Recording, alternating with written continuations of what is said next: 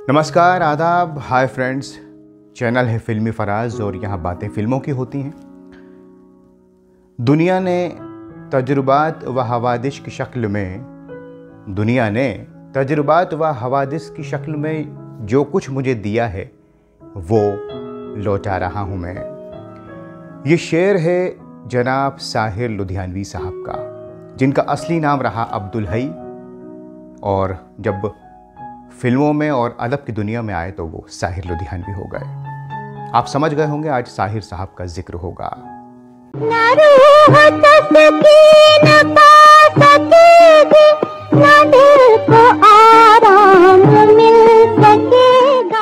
आदमी को चाहिए वक्त से डर कर रहे हो न जाए हम कहीं दुनिया की भीड़ में। तेरे ख्वाबों में कहीं मेरा गुजर है कि नहीं। शबनम के मोती फूलों पे बिखरे, दोनों की आस फले, बाहों में तेरी मस्ती के घेरे, मस्ती के घेरे, बुलाया गया है मेरे। साहिर साहब को लेकर कई बातें दुनिया में होती रहती हैं। पब्लिक के बीच में कई औरतें उनकी लाइफ में रहीं, किस तरह के रिश्ते उनके बाप से रहे और किस तरह की उनकी सोच थी समाज को लेकर, और किस तरह के उनके गीत और शायरी रही। दोस्तों, आज हम इन सब पर बात करेंगे। साहिर साहब 8 मार्च 1921 को पैदा हुए करीमपुरा में, और फिर किस तरह की ज़िंदगी रही उनकी, उनके बाप से नहीं बनती थी। माँ के साथ वो अलग हो गए, बाप ज़मींदार थे, यूं पैसे वाले थे साहिर साहब, लेकिन जब माँ के साथ अलग हुए तो फिर मुफलिसी में दिन बीते, और फिर वहीं से अब्दुल हई साहिर बने, क्योंकि बचपन से ही कड़वाहट उन्होंने महसूस की। कई किस्से आते हैं उनकी मोहब्बतों के। जोहरा नाम की लड़की से मोहब्बत हो गई, कॉलेज में, लाहौर कॉलेज में, लुधियाना कॉलेज में उन्हें मोहब्बत हुई, और उनके जो साथी रहे अहमद राही साहब, वो बताते हैं कि साहिर को किसी से भी इश्क हो जाता था 50% साहिर की तरफ से, और उनमें कई औरतें ऐसी रहीं जो शादीशुदा थी, अमृता प्रीतम हो या और भी। वो बताते हैं कि लाहौर में किस तरह से HSN कॉलेज में साहिर किसी की मोहब्बत में जाया करते थे सर्दियों के दिनों में। ओवरकोट अहमद राही साहब का होता था और साहिर साहब उसे पहनकर चले जाते थे। तो ये भी एक साहिर साहब की ज़िंदगी का रंग रहा, और जो उनकी शायरी में नज़र आता है अगर उनके रोमांटिक सॉन्ग्स को हम सुने। क्या जानिए कितने दीवाने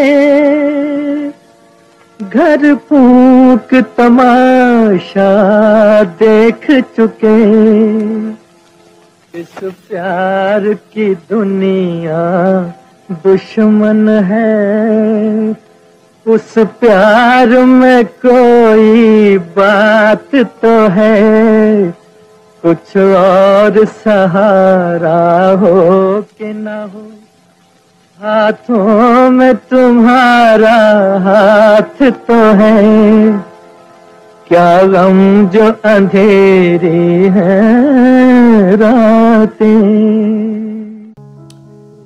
बहरहाल ये एक पहलू रहता है, अमृता प्रीतम का हो, हाजिरा मसरूर के साथ नाम आता है, नॉवेलिस्ट सुधा मल्होत्रा के साथ। लेकिन क्या साहिर की ज़िंदगी में बस यही था दोस्तों? सवाल ये बड़ा है। ये भी कहा जाता है कि साहिर साहब की माँ के वो बहुत करीब थे, 2 बहनें उनकी रहीं जिनके साथ वो बम्बई में रहते थे। उस बिल्डिंग का नाम भी परछाइयाँ था, जो साहिर साहब की किताब रही, परछाइयाँ नज़्म। लेकिन बहुत से लोग ये भी बताते हैं कि उनकी ज़िंदगी में माँ और बहनें थीं, लेकिन उसके बाद भी साहिर तन्हा थे। कई बार वो ये कहते थे कि इन लोगों ने मेरी ज़िंदगी को ख़राब कर दिया। उनकी ज़िंदगी में सबसे करीबी रहे असलम मियाँ, जो साहिर साहब के ड्राइवर थे, और वो ही साहिर साहब को हर जगह लेकर जाते थे। लाजमी सी बात है, वो सब कुछ जानते थे साहिर लुधियानवी के बारे में।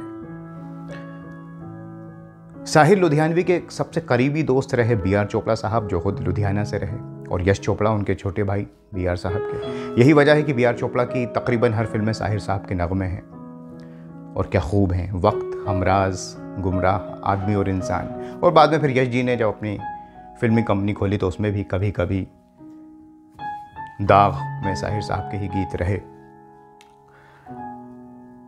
साहिर लुधियानवी होने का मतलब क्या है?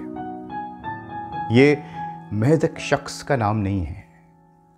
साहिर साहब ने दोस्तों क्या कमाल किया कि उनको न सिर्फ बेहतरीन शायरों में बल्कि बॉलीवुड इंडस्ट्री के बेहतरीन फिल्मकारों में शायद नंबर 1 पर रखा जाता है, क्योंकि वो अदब को फिल्मी दुनिया में ले आए। अगर आप उनकी फिल्में देखें और गीत देखें, चाहे प्यासा हो, गुमराह हो, वक्त हो, हमराज हो, नया दौर हो, बाजी हो, साधना फिल्म हो, जब आप इनके गीतों को सुनेंगे, काजल फिल्म का गीत छू लेने दो नाजुक होठों को, इसमें एक मीनिंग होता है, मैसेज होता है, पैगाम होता है। अच्छों को बुरा साबित करना दुनिया की पुरानी आदत है। ये गीत जब रिकॉर्ड हुआ तो राजकुमार साहब पर रिकॉर्ड हुआ, उन पर बहुत कम गीत पिक्चराइज हुए हैं। तो प्रोड्यूसर डायरेक्टर ने कहा कि ऐसे ही गुनगुना लेते हैं इसको, चंद लाइनों को। तो रवि साहब ने, जो म्यूज़िक डायरेक्टर थे फिल्म काजल के, उन्होंने कहा कि कोशिश तो करें गीत की, हो सकता है अच्छा लगे। खैर प्रोड्यूसर डायरेक्टर माने और साहिर साहब ने गीत लिखा, छू लेने दो नाजुक होठों को, और ये गीत रिकॉर्डिंग के वक्त उनको बड़ा पसंद आया प्रोड्यूसर डायरेक्टर को। उन्होंने कहा कि काम करते हैं, इस गीत को थोड़ा और बड़ा करते हैं, गीत छोटा है। साहिर साहब को जब फ़ोन किया गया कि इस गीत में 2 या 1 शेर और जोड़ दीजिए, तो इत्तेफाक से वो बाहर थे बॉम्बे के, तो ये गीत छोटा ही रह गया। लेकिन कितना मशहूर हुआ ये गीत। ऐसे ये गीत बना, अच्छों को बुरा साबित करना दुनिया की पुरानी आदत। तो मैसेज साहिर साहब के गीतों में हुआ करता था। अगर आप एक के बाद एक गीत उनके देखें, फिल्म साधना में औरत ने जन्म दिया मर्दों को, औरत की आवाज़ उठाई साहिर साहब ने इस गीत में। फिल्म मुझे जीने दो, जो डाकू की बीवी है वो एक औरत भी तो है, उसमें जो गीत है, तेरे बचपन को जवानी की दुआ देती हूँ, ये सब जो शायरी, मैंने कहा ना आपसे, अदब को वो फिल्मों में लेकर आ गए, और इस तरह से फिर बात बनती चली गई। ताजमहल फिल्म के सारे ही गीत हम जानते हैं, जो वादा किया वो निभाना पड़ेगा, पाँव छू लेने दो। लेकिन इस फिल्म में एक गीत है जंग के ऊपर, खुदाए बरतर तेरे जहान में। ये गीत बहुत कम सुनाई देता है, लेकिन आप इसमें शायरी जब साहिर को सुनेंगे तो एक शिकायत है, फिर सुबह होगी में है, और प्यासा, और कभी कभी तो उनकी ज़िंदगी पर ही बनी। उनके गीतों के बारे में हम जानते हैं कैसे गीत रहे, कभी कभी मेरे दिल में। बच्चों को लेकर गीत हो, फिल्म 2 गलियां, बच्चे बन के सच्चे, तो चाहे बच्चा हो, बुजुर्ग हो, बड़ा हो, अमीर हो, गरीब हो, साहिर ने सबके लिए लिखा, और क्या खूब लिखा दोस्तों। तू हिंदू बनेगा ना मुसलमान बनेगा। और अगर आपको बताएं, एक फिल्म मुझे याद आ रही है किस तरह से वो गीत लिखा करते थे साहिर साहब। हमराज फिल्म, किसी पत्थर की मूरत से। तो साहिर साहब, मैंने आपको बताया बी.आर. चोपड़ा साहब के बड़े करीबी दोस्तों में रहे। तो एक दिन जब वो बी.आर. चोपड़ा के ऑफिस गए तो बाहर एक लड़की बैठी थी, विम्मी जी, जो एक्ट्रेस थी हमराज फिल्म में। तो साहिर साहब ने उन्हें देखा और यकायक उनके मुंह से निकला पत्थर की मूरत। और जब वो बी.आर. चोपड़ा साहब से मिले अंदर ऑफिस में, तो बी.आर. चोपड़ा साहब ने बताया कि हम फिल्म बना रहे हैं हमराज, गीत तो आप ही लिखेंगे, एक नई एक्ट्रेस को साइन किया है। तो साहिर साहब ने कहा, अच्छा वो पत्थर की मूरत। बी.आर. चोपड़ा साहब ने कहा, अरे वाह, इस पर आप गीत लिखिए। और फिर वो गीत लिखा, किसी पत्थर की मूरत से मोहब्बत का इरादा है। तो ऐसे लिख दिया करते थे वो गीत। ये साहिर साहब की खासियत। क्यों? क्योंकि अदब से वो फिल्मी दुनिया में आए थे। मुशायरों में बहुत कम जाते थे, क्योंकि जब वो 1945 में तो उनकी तलखियाँ आई थी, उसके बाद फिर वो बॉम्बे आ गए और यहाँ पर फिर कृष्णचंद्र उनके जो दोस्त थे साहित्यकार, उन्होंने बड़ी मदद की। वो कहते थे भी साहिर से कि यार तुम जल्दी उठा करो सोकर। साहिर साहब ज़रा देर से उठते थे, फिर काम ढूंढने जाते थे। तो कृष्णचंद्र कहते थे दिन में तुम जब काम ढूंढने जाओगे तो भैया काम कहाँ से तुम्हें मिलेगा, सारा काम तो किसी और को मिल जाएगा। लेकिन साहिर साहब तो अपनी शर्तों पर काम करते थे। कई अखबारों के एडिटर वो रहे और शर्तें ऐसी कि वो कहते थे कि सिंगर हो या म्यूज़िक डायरेक्टर हो, उससे तो 1 रुपया मैं ज़्यादा लूँगा, और वो लेते थे क्योंकि उनके नगमे ऐसे होते थे। फिल्में सुपर हिट हुआ जाया करती थी। उन्होंने काम किया एस.जी. बर्मन के साथ सबसे ज़्यादा। आज़ादी की राह पर फिल्म से शुरुआत की, 4 गीत लिखे। फिर उसके बाद नौजवान फिल्म 1951 में एस.जी. बर्मन के साथ। फिर बाजी फिल्म से तो फिर बाजी पलट गई, एक के बाद एक फिर फिल्में आती रहीं। रेलवे प्लेटफॉर्म हो, और नया दौर के गीतों ने तो इतिहास रची दिया था। साहिर अपने गीत लिख रहे थे, उनके गीत सुपर हिट हो रहे थे। जोड़ी उनकी मैंने आपको बताया एस.जी. बर्मन के साथ, रोशन साहब के साथ। ताजमहल, बरसात की रात की कव्वालियों को कौन भूल सकता है। ताजमहल फिल्म, बहू बेगम, ये रोशन के साथ। और भी लोगों के साथ काम किया, मदन मोहन के साथ फिल्म गज़ल में। लेकिन साहिर साहब की ज़बरदस्त ट्यूनिंग बैठी म्यूज़िक डायरेक्टर रवि के साथ। और रवि ज़्यादातर म्यूज़िक दिया करते थे B.R. चोपड़ा की फिल्मों में। तो वक्त, गुमराह, हमराज, आदमी और इंसान, इन सब में रवि साहब का म्यूज़िक है। और रवि साहब तो ये भी बताते थे कि साहिर साहब खुद प्रोड्यूसर डायरेक्टर से कह देते थे कि आप अगर मेरी शायरी को ले रहे हैं, मेरे गीतों को, तो म्यूज़िक रवि साहब का ले लीजिए, वो मेरे गीतों को उभार देते हैं। तो ये भी वजह रही। B.R. कैम के बाहर भी रवि साहब और साहिर साहब की जोड़ी अच्छी रही, चाहे वो नीलकमल फिल्म हो या फिर एक महल हो सपनों का।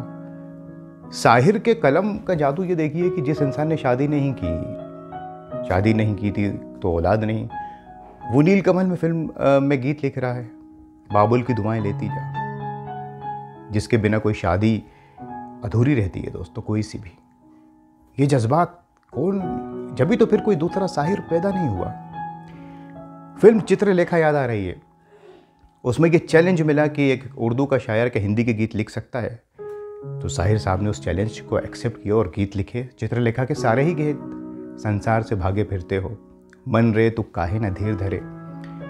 यह गाना इतना मकबूल हुआ, इतना मशहूर हुआ कि रफ़ी साहब से जब कोई पूछता कि आपकी ज़िंदगी के बेहतरीन नगमे कौन से हैं, तो वो 2 गीतों के नाम लेते। एक तो हम जानते हैं सुहानी रात ढल चुकी, और दूसरा गीत ये मन रे तू काहे न धीर धरे। ये साहिर साहब ने लिखा, एक उर्दू के शायर ने हिंदी में। तो वो चैलेंजेस को एक्सेप्ट किया करते थे।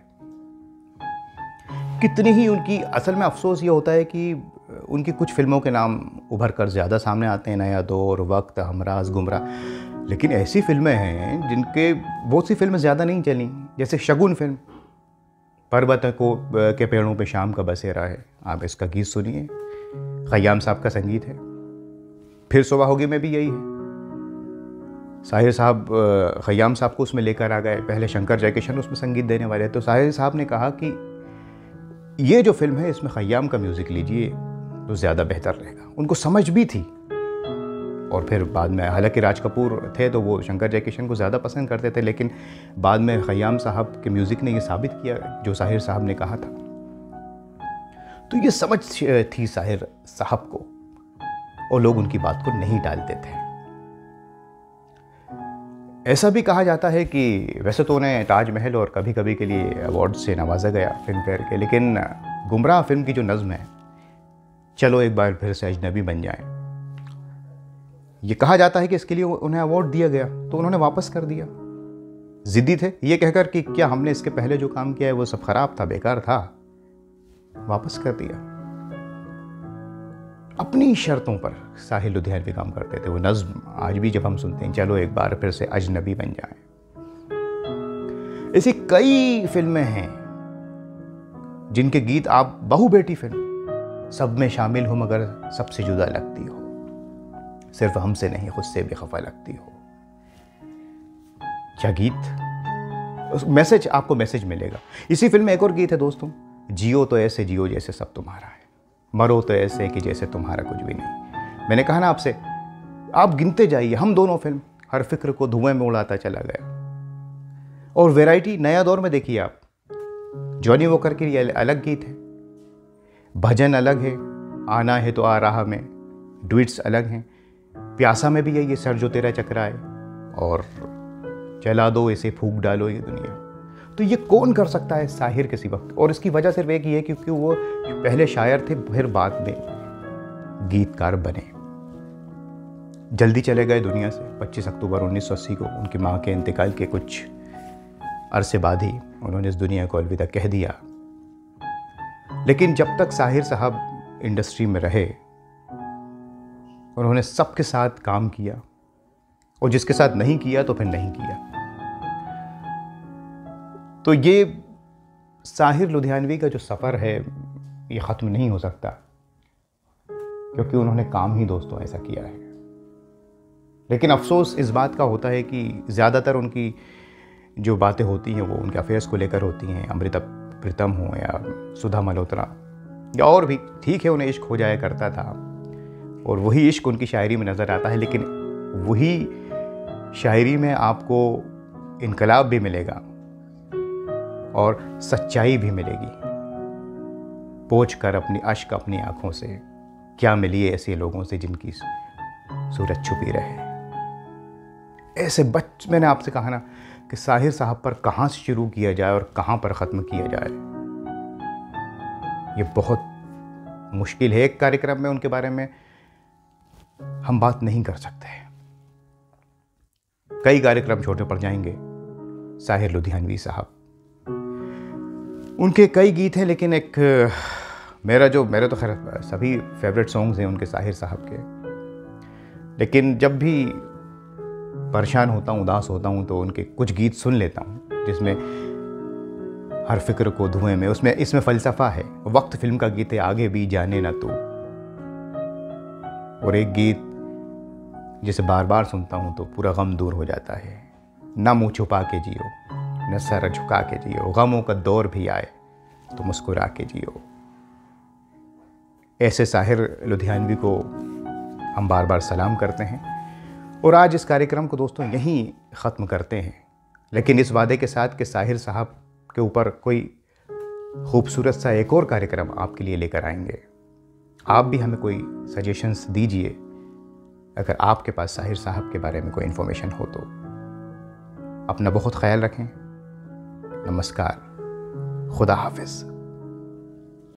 ले दे के अपने पास फ़कत एक नज़र तो है, ले दे के अपने पास फ़कत एक नज़र तो है, क्यों देखें ज़िंदगी को किसी की नज़र से हम। जंग तो खुद ही एक मसला है, जंग क्या मसलों का हल देगी।